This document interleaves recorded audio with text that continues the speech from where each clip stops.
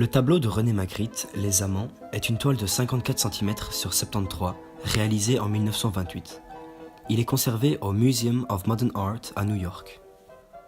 Cette peinture consiste à un couple qui s'embrasse sur les lèvres, avec leurs visages respectifs recouverts par un drap blanc dans le coin d'une pièce. La femme se tient à gauche, habillée d'une robe rouge, et l'homme se tient à droite, vêtu d'un costume noir. Ils prennent la majorité du tableau. Derrière eux, un décor ténébreux. Les couleurs dominantes sont le rouge, le noir et le blanc.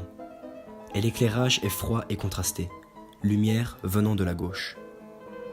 L'artiste a peint 4 tableaux, l'un à la suite de l'autre, dans la même année, de la même dimension et avec les mêmes personnages.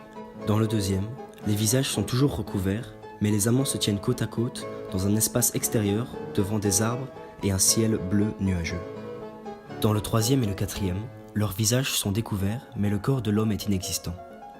Ils gardent tout de même des vêtements identiques tout le long. Dans le troisième, la structure du mur est la même que dans le premier. Dans le dernier, la femme est assise sur un rocher dans un décor montagneux, embrassant son amant. Dans les 2 premiers tableaux, les amants sont voilés et nous pouvons croire que c'est pour ne pas les reconnaître, car leur amour est interdit. Magritte peut vouloir dire qu'on puisse s'aimer sans se voir, que si l'on se connaît déjà, il ne faut pas se voir pour s'aimer. S'ils sont des amoureux secrets, ils peuvent vouloir nous dire que pour vivre heureux, il faut vivre caché. Il y a une incommunicabilité entre ces amants, ce qui rend ces tableaux intrigants et mystérieux. C'est une technique reprise par d'autres artistes actuellement, afin de cacher pour mieux montrer. Dans les 2 derniers tableaux, les visages ne sont plus cachés. On connaît leur identité. Ils ne doivent probablement plus se cacher, et on aperçoit du changement chez la femme. Ses cheveux sont plus longs, et la couleur de ceux-ci change, ce qui pourrait représenter une évolution du couple. Le fait qu'il n'y ait que la tête de l'homme peut vouloir dire qu'il n'est pas toujours là, souvent occupé. Les personnages sont plus clairs et mis en valeur par rapport au décor montagneux et au ciel ténébreux, comme si leur amour était plus fort que tout.